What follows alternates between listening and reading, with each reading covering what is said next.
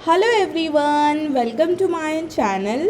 दोस्तों, आज की ये वीडियो बहुत ज़्यादा इम्पॉर्टेंट होने वाली है हमारे सेकेंड सेमेस्टर वाले स्टूडेंट्स के लिए। गाइस, आज के इस वीडियो के अंदर मैं आप लोगों के लिए लेकर आ गई हूँ आपके एनवायरनमेंट साइंस से रिलेटेड कुछ इम्पॉर्टेंट टॉपिक्स।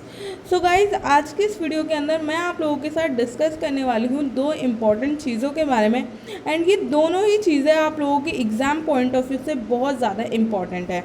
गाइज़, मेरी आप सबसे बस एक ही रिक्वेस्ट है कि इस वीडियो को आप लोग लास्ट तक देखिएगा, और आप में से जितने भी स्टूडेंट ने अभी तक चैनल को सब्सक्राइब नहीं किया है तो प्लीज़ चैनल को ज़रूर सब्सक्राइब कीजिएगा, ताकि ऐसी ही यूज़फुल वीडियो आप लोगों तक सही टाइम पर पहुंच सकें। तो चलिए गाइस, फटाफट से शुरू करते हैं आज की इस क्लास को। दोस्तों, आज की इस वीडियो के अंदर मैं आप लोगों के साथ दो चीज़ों के बारे में डिस्कस करूंगी। सबसे पहली चीज़ जिसके बारे में हम लोग डिस्कस करेंगे आज की इस वीडियो में, वो है इम्पॉर्टेंट इन्वायरमेंट डेज जो एग्ज़ाम में आ सकते हैं। यानी कि दोस्तों, आप लोगों का जो इन्वायरमेंट साइंस सब्जेक्ट है, इसके अंदर आप बहुत सारी चीज़ों के बारे में पढ़ते हो। तो दोस्तों, हम जितनी भी चीज़ों के बारे में पढ़ते हैं इन्वायरमेंट से रिलेटेड, उनसे रिलेटेड कुछ इम्पॉर्टेंट दिन हैं, यानी कि कुछ इम्पॉर्टेंट डेज सेलिब्रेट किए जाते हैं, जैसे कि वर्ल्ड इन्वायरमेंट डे, अर्थ डे, वाटर डे। इस तरीके के कुछ डेज हैं जो कि सेलिब्रेट किए जाते हैं। एंड ये जो डेज हैं, ये आप लोगों को याद रखने ज़रूरी हैं, क्योंकि आप लोगों के एग्ज़ाम में इनसे रिलेटेड दो टाइप के क्वेश्चन बन सकते हैं। पहला टाइप तो ये कि आपसे शॉर्ट यानी कि फिलर्स वाले क्वेश्चन पूछे जा सकते हैं, और दूसरा टाइप ये कि गाइस, जब आप लोग एक लॉन्ग आंसर लिखोगे किसी भी क्वेश्चन से रिलेटेड, तो अगर वहाँ पे आप किसी चीज़ का जिक्र कर रहे हो, लाइक आप जिक्र कर रहे हो कि अर्थ को हमें कैसे सेव करना चाहिए, तो वहाँ पे आप लोग अगर ये बताओगे कि अर्थ डे कब मनाया जाता है, तो इससे बहुत ज़्यादा अच्छा इम्पैक्ट पड़ेगा आपके आंसर के अंदर, एंड जो एग्जामिनर है उसको समझ आएगा कि आपने टॉपिक को डीप के अंदर पढ़ रखा है। तो गाइस, चलिए फटाफट से मैं आप लोगों के साथ सारे जितने भी हमारे एनवायरनमेंट से रिलेटेड इंपॉर्टेंट डेज हैं उनके बारे में डिस्कस करूंगी। प्लस आप लोगों का जो बुक है उसका जो यूनिट फर्स्ट है, पर्यावरण अध्ययन का परिचय, दोस्तों उसके बारे में भी आज की इस वीडियो के अंदर हम लोग डिस्कस करने वाले हैं। एंड दोस्तों, आपसे आप लोगों के लिए जितनी भी वीडियोस आएंगी वो सारी इसी तरीके के फॉर्मेट में आएंगी, जिसके अंदर पहले तो मैं आपको एक छोटा सा कोई टॉपिक कराया करूँगी, उसके बाद मैं आप लोगों को आपकी जो बुक है उसका चैप्टर कराया करूँगी। तो गाइज, अगर ये वीडियो थोड़ी सी लंबी हो जाए तो आप लोग मुझे कमेंट करके बताइएगा कि आप लोगों के लिए लॉन्ग वीडियो ठीक है या फिर शॉर्ट वीडियो। उसके अकॉर्डिंग मैं आप लोगों के लिए आगे की वीडियोस लाने वाली हूँ। तो चलिए गाइज, फटाफट से हम लोग शुरू करते हैं एक एक करके चीज़ों को देखना। गाइज़, ये है आप लोगों का इन्वायरमेंट साइंस का क्वेश्चन पेपर। गाइज़, ये क्वेश्चन पेपर मैं ऑलरेडी आप लोगों को पिछली वीडियो के अंदर दिखा चुकी हूँ, लेकिन अभी राइट नाउ ये क्वेश्चन पेपर मैं आपको इसलिए दिखा रही हूँ ताकि आप लोगों को पता चले कि आप लोगों को जो चीज़ें अभी मैं कराने वाली हूँ वो आप लोगों के एग्ज़ाम पॉइंट ऑफ व्यू से इम्पॉर्टेंट है। मैं कोई भी चीज़ आप लोगों के लिए जब भी लेकर आती हूँ दोस्तों, तो उसको मैं बहुत ज़्यादा रिसर्च के बाद लेकर आती हूँ। तो आप लोग बेफिक्र होकर इन वीडियोज़ को फॉलो कीजिए, आप लोगों को आपके एग्ज़ाम में बहुत मदद मिलेगी। दोस्तों, आप लोग यहाँ पे देख सकते हो, ये प्रीवियस ईयर का क्वेश्चन पेपर है, एंड इस क्वेश्चन पेपर में फिल इन द ब्लैंक के रूप में आपसे पूछा जा रहा है कि world environment day is celebrated on, यानी कि वर्ल्ड इन्वायरमेंट डे कब सेलिब्रेट किया जाता है।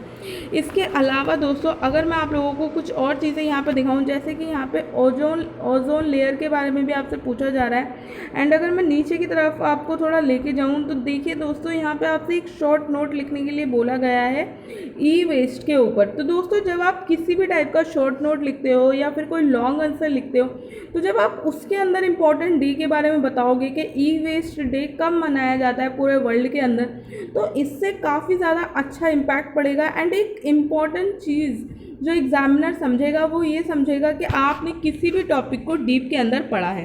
तो दोस्तों, आप लोगों के लिए इम्पॉर्टेंट है ये जो डेज मैं आपको बताने वाली हूँ, प्लीज़ इनको आप लोग अच्छे से याद रखिएगा। तो चलिए मैं आपको फटाफट से सारे इंपॉर्टेंट डेज बता देती हूँ। गाइज़, ये हैं आप लोगों के इम्पॉर्टेंट डेज। तो सबसे पहला इम्पॉर्टेंट डे जो कि आप लोगों को ध्यान रखना है वो है वर्ल्ड वेटलैंड डे, यानी कि विश्व आर्द्र भूमि दिवस। दोस्तों, वर्ल्ड वेटलैंड डे काफ़ी ज़्यादा इम्पॉर्टेंट है, क्योंकि वेटलैंड्स जो होती हैं वो हमारे इन्वायरमेंट के लिए बहुत ज़्यादा ज़रूरी होती हैं। उनको प्रोटेक्ट करना हमारे इन्वायरमेंट के लिए बहुत ज़्यादा ज़रूरी होता है।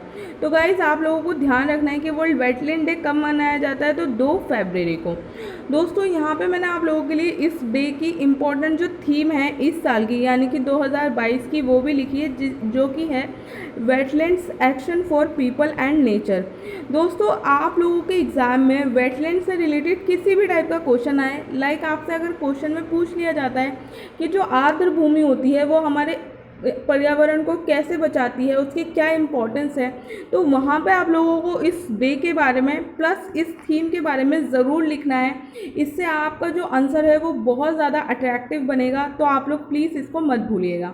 दोस्तों, हमारा जो दूसरा इम्पॉर्टेंट डे है वो है वर्ल्ड सस्टेनेबल एनर्जी डे।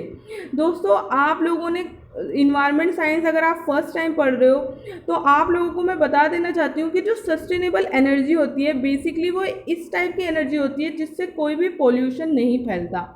तो दोस्तों, आप लोगों के एग्ज़ाम में सस्टेनेबल एनर्जी से रिलेटेड किसी भी टाइप का क्वेश्चन बने, आपको वहाँ पे इस डेट को ज़रूर मेंशन करना है। दोस्तों, हमारा तीसरा इम्पॉर्टेंट डे है वर्ल्ड वाइल्ड लाइफ डे, यानी कि विश्व वन्य जीव दिवस।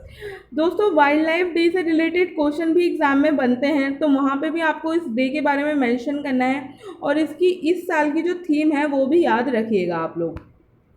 इसके बाद दोस्तों, हमारा जो तीसरा इम्पॉर्टेंट डे है वो है ग्लोबल रिसाइकलिंग डे, जो कि 18 मार्च को मनाया जाता है। दोस्तों, जब भी हम इन्वायरमेंट को प्रोटेक्ट करने की बात करते हैं तो वहाँ पे रिसाइकलिंग बहुत ज़्यादा इंपॉर्टेंट रोल प्ले करती है। गवर्नमेंट एंड जितनी भी बड़ी बड़ी ऑर्गेनाइजेशन है, सभी जो आम जनता है उनको ये समझाती है कि कैसे हम चीज़ों को रिसाइकल कर सकते हैं, एंड कैसे जो चीज़ें हैं जो कि जल्दी से पर्यावरण के अंदर घुलती मिलती नहीं है, उनको किस तरीके से हम रिसाइकलिंग करके यूज़ कर सकते हैं। तो दोस्तों, आप लोगों को ये डे भी याद रखना है। रिसाइकलिंग से रिलेटेड क्वेश्चन एग्जाम में बनता है, तो आपको इसको ज़रूर मेंशन करना होगा। एंड यहाँ पे आप लोग इसको देख सकते हो, वैश्विक पूर्ण चक्र दिवस। मैंने हिंदी के अंदर भी आप लोगों के लिए मेंशन किया है, तो आपको टेंशन लेने की ज़रूरत नहीं है। इसके बाद दोस्तों, हमारा अगला जो इम्पोर्टेंट डे है वो है वर्ल्ड फॉरेस्ट्री डे, यानी कि अंतर्राष्ट्रीय वन दिवस। दोस्तों, फॉरेस्ट हम सभी के लिए कितने इम्पॉर्टेंट है, हमारे इन्वायरमेंट के लिए कितने इम्पॉर्टेंट है, ये तो हम सभी जानते हैं। तो आपसे अगर एग्ज़ाम में क्वेश्चन बन जाता है कि घटते हुए वनों की संख्या के कारण पृथ्वी पे उसका क्या असर पड़ रहा है, तो वहाँ पे आप लोगों को इस डे के बारे में लिखना है, क्योंकि ये दिन हर साल इसीलिए मनाया जाता है ताकि जो दुनिया है उसके अंदर जो वनों के लिए जो लोगों को जागरूक किया जा सके, फॉरेस्ट के बारे में लोगों को बताया जा सके कि ये कितना ज़रूरी है हमारे लिए। इसके बाद दोस्तों, जो हमारा अगला इम्पॉर्टेंट डे है वो है वर्ल्ड वाटर डे। इसके बारे में तो मुझे कुछ कहने की ज़रूरत ही नहीं है। पानी से रिलेटेड कितनी सारी प्रॉब्लम्स हमें देखने को मिलती हैं, स्पेशली जब समर आता है, तो यानी कि गर्मियों के अंदर हमें बहुत ज़्यादा वाटर की प्रॉब्लम देखने को मिलती है। तो आप लोगों को ये ध्यान रखना है। एंड इसकी थीम भी आप लोग यहाँ पे देख सकते हो, ground water making the invisible visible. तो दोस्तों, ये चीज़ आप लोग ध्यान रखिएगा। इसके बाद हमारा जो अगला इम्पॉर्टेंट डे बनता है वो है वर्ल्ड मेट्रोलॉजिकल डे, यानी कि विश्व मौसम विज्ञान दिवस। दोस्तों, जो वेदर है वो आज के टाइम में बहुत ज़्यादा अजीब तरीके से वर्क कर रहा है। आप लोग देख सकते हो कि जब सर्दी होती है तब बहुत ज़्यादा गर्मी पड़ने लगती है, एंड जब गर्मी का मौसम आता है कभी कभी हमें उस मौसम में ठंड भी देखने को मिलती है। तो ये जो पूरा मौसम चक्र है जो इतनी अजीब तरीके से काम कर रहा है, तो इसको लेकर भी आप लोगों के एग्ज़ाम में क्वेश्चन बनता है, तो वहाँ पे आप लोग इस डे के बारे में मेंशन कर सकते हो, आपके लिए ठीक रहेगा। इसके बाद दोस्तों, हमारा जो अगला एंड मोस्ट इम्पॉर्टेंट डे है, जिसे आपको बिल्कुल बिल्कुल बिल्कुल भी नहीं भूलना है, वो है हमारा वर्ल्ड अर्थ डे। दोस्तों, अर्थ डे के बारे में आपके एग्ज़ाम में ज़रूर क्वेश्चन बन सकता है, काफ़ी ज़्यादा इम्पॉर्टेंट है, और आप इसकी थीम भी यहाँ पे देख सकते हो, इन्वेस्ट इन आवर प्लैनेट। तो दोस्तों, आप लोगों को इस दिन को भी ध्यान रखना है। इसके बाद अगला इम्पोर्टेंट डे है हमारा international day of biological diversity, यानी कि अंतर्राष्ट्रीय जैव विविधता दिवस। दोस्तों, जैव विविधता से रिलेटेड यानी कि बायोलॉजिकल डाइवर्सिटी से रिलेटेड क्वेश्चन एग्जाम में बन जाता है, तो आप लोगों को ध्यान रखना है कि कब मनाया जाता है ये दिन। ये मनाया जाता है 22 मई को। इसके अलावा यहाँ पे मैंने इसकी थीम भी लिख रखी है, आप लोग इसकी थीम भी देख सकते हो। हो। इसके बाद है दोस्तों हमारा अगला इम्पॉर्टेंट डे, वो है वर्ल्ड टर्टल प्रोटेक्शन डे, यानी कि विश्व कछुआ दिवस। दोस्तों टर्टल एक बहुत ही ज़्यादा इम्पॉर्टेंट स्पीशीज़ है हमारे इन्वायरमेंट के लिए, तो इसको प्रोटेक्ट करना काफ़ी ज़्यादा ज़रूरी है एंड इसीलिए इसको भी लेकर एक इम्पॉर्टेंट दिवस मनाया जाता है। दोस्तों हमारा अगला important day again most important है, इसको भी आप लोग बिल्कुल भी मिस मत कीजिएगा, ज़रूर ध्यान रखिएगा। वो है हमारा वर्ल्ड इन्वायरमेंट डे। इससे रिलेटेड हर साल एक ना एक क्वेश्चन एग्जाम में बनता ही है और मैंने इसकी थीम भी आप लोगों के लिए यहाँ पे लिख रखी है, ओनली वन अर्थ। दोस्तों इस बार अगर आपके एग्जाम में ये क्वेश्चन बनता है तो ये जो 2022 की थीम है ये आप लोग ज़रूर लिखिएगा। इसके बाद हमारा अगला इम्पॉर्टेंट डे है वर्ल्ड ओशन डे, यानी कि विश्व महासागर दिवस। दोस्तों ओशन से रिलेटेड अगर बात की जाए तो आप लोगों को पता है कि आज के टाइम में जो समुद्र है, जो ओशन है, जो महासागर है, वो भी बहुत ज़्यादा पॉल्यूटेड होता जा रहा है। उसके अंदर लोग प्लास्टिक का सामान फेंक देते हैं, जिसकी वजह से जो हमारी मरीन लाइफ है उसको भी काफ़ी ज़्यादा हार्म पहुंचता है। इस चीज़ को आप लोग ध्यान रखिएगा। इसके बाद दोस्तों हमारा अगला इम्पॉर्टेंट डे है वर्ल्ड पेपर बैग डे। दोस्तों world paper bag day important है क्योंकि आप लोगों को पता है कि प्लास्टिक हमारे पूरे वर्ल्ड के लिए एक ऐसी प्रॉब्लम बनती जा रही है जो पोल्यूशन का बहुत बड़ा कारण है एंड प्लास्टिक हमारे लिए बहुत ज़्यादा डेंजरस चीज़ है। हम लोग अपनी डे टू डे लाइफ में प्लास्टिक का बहुत ज़्यादा यूज़ करते हैं, जिसकी वजह से जो प्लास्टिक कचरा है वो ठीक तरीके से रिसाइकल भी नहीं हो पाता है एंड प्लास्टिक जल्दी से हमारे इन्वायरमेंट के अंदर घुलती मिलती भी नहीं है। तो प्लास्टिक को रोकने के लिए, प्लास्टिक के यूज़ को रोकने के लिए हम वर्ल्ड पेपर बैग डे मनाते हैं, यानी कि ताकि लोग ज़्यादा से ज़्यादा पेपर बैग का यूज़ करें, क्योंकि पेपर बैग इन्वायरमेंट के लिए बिल्कुल भी हार्मफुल नहीं होते हैं। इसके बाद दोस्तों जो हमारा अगला इम्पॉर्टेंट डे है वो है वर्ल्ड नेचर कंजर्वेशन डे। इसको भी आप लोग ध्यान रखिएगा, विश्व प्राकृतिक संरक्षण दिवस। इसके बाद दोस्तों हमारा अगला जो इम्पोर्टेंट डे है वो है ग्लोबल टाइगर्स डे। आप सभी को पता होगा कि प्रोजेक्ट टाइगर हमारे इंडिया में चलाया गया था जब टाइगर्स की संख्या काफ़ी ज़्यादा कम हो गई थी। तो ग्लोबल टाइगर डे हम कब मनाते हैं ये ध्यान रखिएगा, क्योंकि टाइगर प्रोजेक्ट से रिलेटेड एग्जाम में क्वेश्चन आपके बन जाएगा, तो वहाँ पे आपको इस डे को ज़रूर मेंशन करना होगा। इसके बाद दोस्तों हमारा अगला इम्पॉर्टेंट डे है वर्ल्ड ओजोन डे। दोस्तों ओजोन लेयर से रिलेटेड भी क्वेश्चन एग्जाम में पूछा जाता है, फिर चाहे वो शॉर्ट फॉर्म में पूछा जाए या फिर लॉन्ग आंसर के तौर पे आपसे पूछा जाए, तो ओजोन डे के बारे में भी आप लोगों को ध्यान रखना है।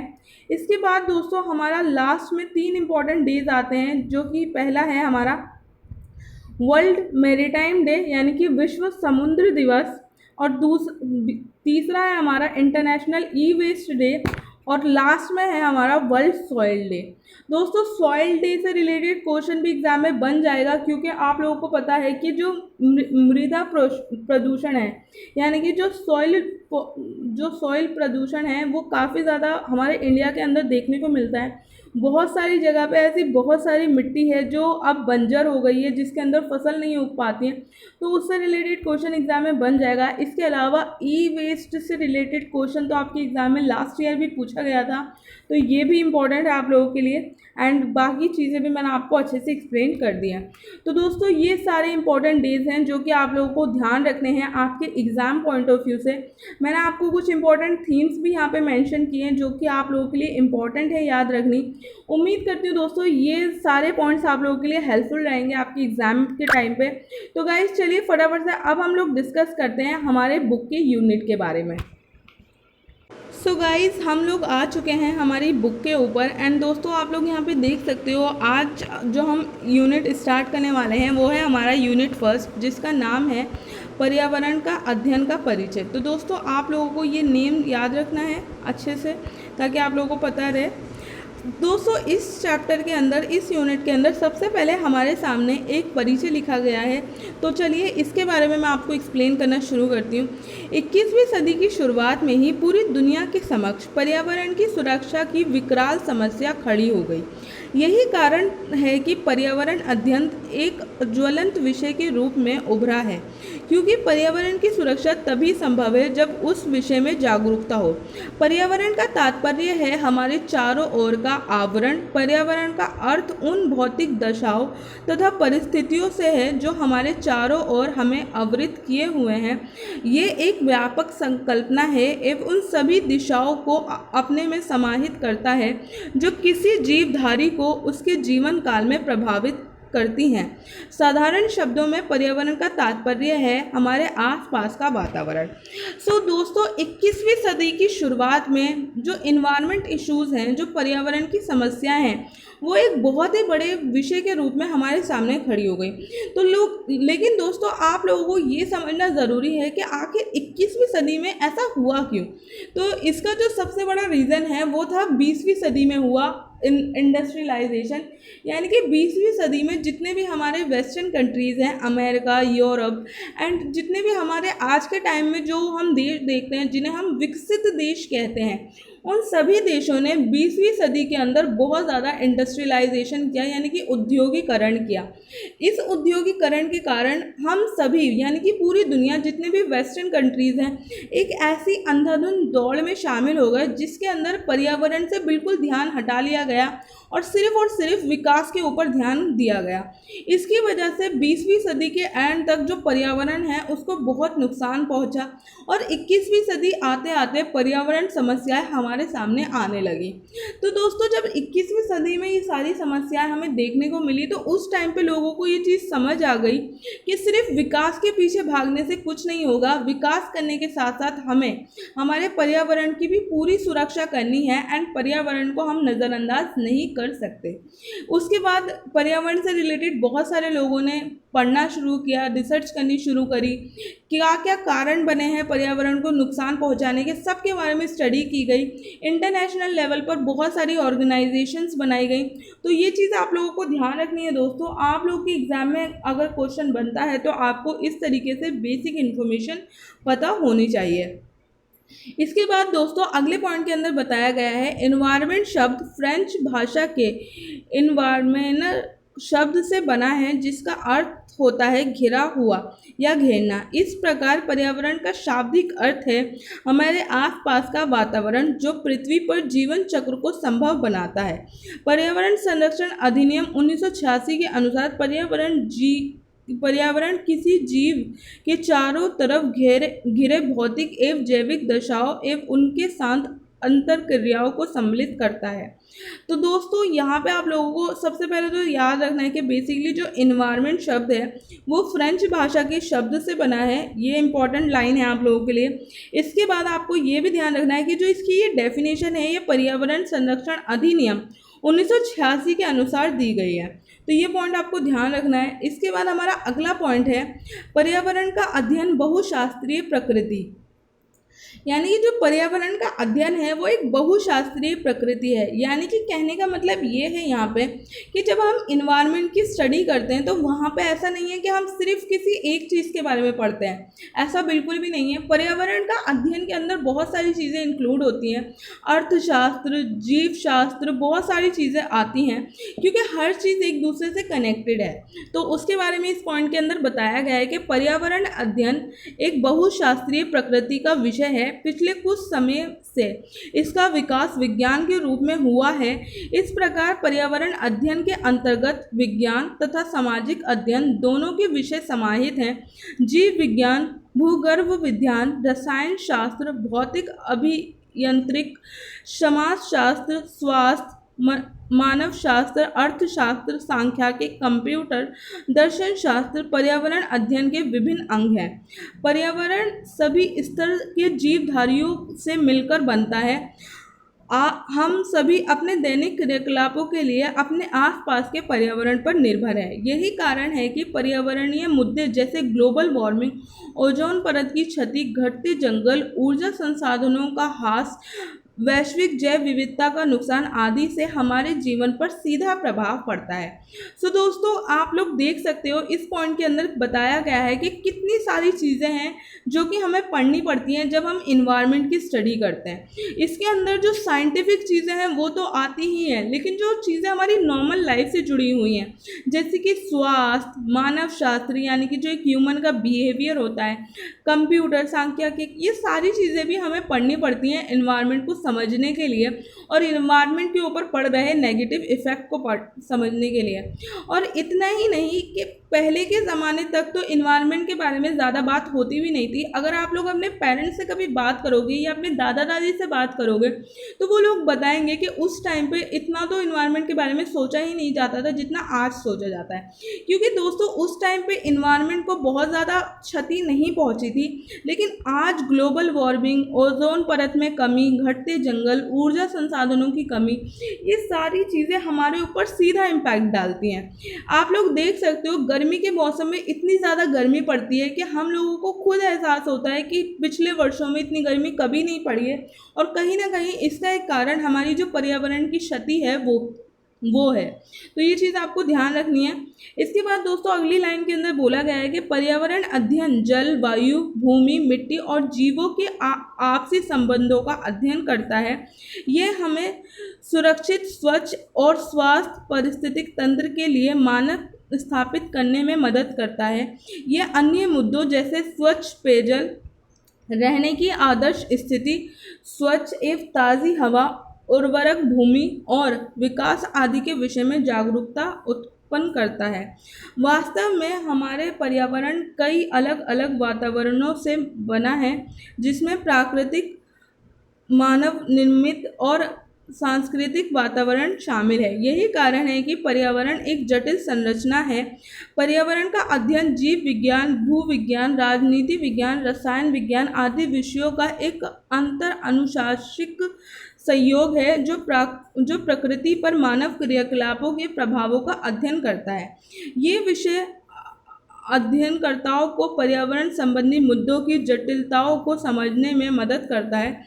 जैसे यदि हम वायु प्रदूषण की बात करते हैं तो वायु प्रदूषण के अभिक्रियाओं एवं उनकी प्राकृतिक रसायन विज्ञान तथा रासायनिक अभियांत्रिका के विषय में मानव तथा अन्य जीवों पर वायु प्रदूषण के प्रभावों का अध्ययन जीव विज्ञान की विभिन्न शाखाओं के अंतर्गत किया जाता है।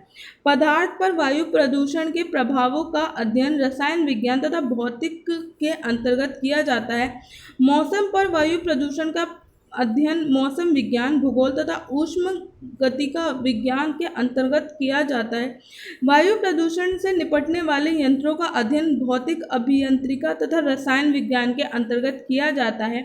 वायु प्रदूषण के इतिहास का अध्ययन इतिहास में किया जाता है। वायु प्रदूषण के आर्थिक तथा सामाजिक दुष्प्रभावों का अध्ययन क्रमशः अर्थशास्त्र तथा समाजशास्त्र में किया जाता है। वायु प्रदूषण से निपटने की नीतियों का अध्ययन राजनीति विज्ञान के अंतर्गत किया जाता है। दोस्तों हमारे अगले पॉइंट के अंदर बहुत अच्छे से एक्सप्लेन किया गया है कि कैसे इन्वायरमेंट का एक छोटा सा टॉपिक हमारी अलग अलग जो स्टडीज़ हैं, चाहे फिर वो इकोनॉमिक स्टडी हो या फिर रासायनिक क्रिया हो, यानी कि जो अलग अलग हमारे जैसे कि chemistry, biology, physics, economics, polity, history, कैसे एक छोटा सा इन्वायरमेंट का टॉपिक इन सभी टॉपिक से जुड़ जाता है, इन सभी विषयों से जुड़ जाता है। और यहाँ पे एग्जाम्पल के तौर पे आपको बताया गया है वायु प्रदूषण के बारे में। तो दोस्तों उम्मीद करती हूँ कि ये पॉइंट आप लोगों को अच्छे से समझ आ गया होगा। बहुत आसान टॉपिक है, यहाँ पे बिल्कुल सिंपल तरीके से बताया गया है कि जब बात की जाती है वायु प्रदूषण की, तो वायु प्रदूषण की जो अभिक्रिया होती है उनकी प्रकृति रसायन विज्ञान के अंदर चेक की जाती है, यानी कि वायु प्रदूषण की क्या प्रकृति है ये हमें रसायन विज्ञान के अंदर बताया जाता है। इसके अलावा जब हम ये देखते हैं कि जो वायु प्रदूषण है वो शुरू ही क्यों हुआ, तो उसका अध्ययन जब हम करते हैं तो उसके लिए हमें इतिहास को खंगालना पड़ता है, तो वो चीज़ आ जाती है इतिहास के अंदर। और जब हम वायु प्रदूषण के निवारण के बारे में सोचते हैं तो वहाँ पर राजनीति विज्ञान हमारा बहुत ज़्यादा मदद करती है। इसके अलावा जो आर्थिक परिणाम हैं और समाज पे इसके दुष्परिणाम हैं उनका अध्ययन हम अर्थशास्त्र और समाजशास्त्र के अंतर्गत करते हैं। तो इस तरीके से दोस्तों इस पॉइंट के अंदर बताया गया है कि कैसे इन्वायरमेंट का एक छोटा सा इशू हमारे जो दूसरे सब्जेक्ट्स हैं उनके साथ कनेक्टेड हो जाता है। तो दोस्तों उम्मीद करती हूँ कि अभी तक का जितना भी पॉइंट मैंने आपको एक्सप्लेन किया है आपको अच्छे से समझ आया होगा। यहाँ पे नीचे की तरफ आपको एक ग्राफ के जरिए भी समझाया गया है कि कौन कौन सी चीज़ें हमारे पर्यावरण के अध्ययन के अंतर्गत आती हैं। यहाँ पे आप लोग देख सकते हो, यहाँ पे साइंस से रिलेटेड चीज़ है, यहाँ पे हमारी बायोलॉजिकल डाइवर्सिटी से रिलेटेड चीज़ें हैं, यहाँ पे हमारे विज्ञान, सांख्यिकी, कंप्यूटर विज्ञान है, यहाँ पे अर्थशास्त्र, समाजशास्त्र, कानून से रिलेटेड चीज़ें हैं। तो दोस्तों इस तरीके का जो डायग्राम्स हैं काफ़ी ज़्यादा अच्छे रहते हैं। आप भी अपने क्वेश्चन के अंदर जब आप लिखें तो इस तरीके के कुछ डायग्राम्स बनाने की कोशिश कीजिएगा, एग्जाम के अंदर काफ़ी ज़्यादा अच्छा रहता है। दोस्तों हमारा अगला पॉइंट आता है अर्थशास्त्र एवं पर्यावरण। दोस्तों ये वाला जो हमारा पॉइंट है ये मैं आप लोगों के साथ अगली वीडियो के अंदर डिस्कस करूंगी, क्योंकि वीडियो ऑलरेडी लंबी हो गई है। एंड उम्मीद करती हूँ कि जितनी चीज़ें आज की इस वीडियो के अंदर मैंने आपको एक्सप्लेन की हैं आपको पसंद आई होंगी। जल्दी ही मिलूंगी मैं आप सबसे अगली वीडियो के अंदर एक इम्पॉर्टेंट टॉपिक प्लस आप लोगों का जो ये बुक का यूनिट है इसके साथ। तब तक के लिए दोस्तों आप लोगों को इस वीडियो को खूब ज़्यादा शेयर करना है, बहुत सारा लाइक करना है एंड चैनल को सब्सक्राइब करना नहीं भूलना है। तो गाइज मिलती हूँ मैं आप सबसे अगली वीडियो के अंदर, तब तक के लिए थैंक यू सो मच।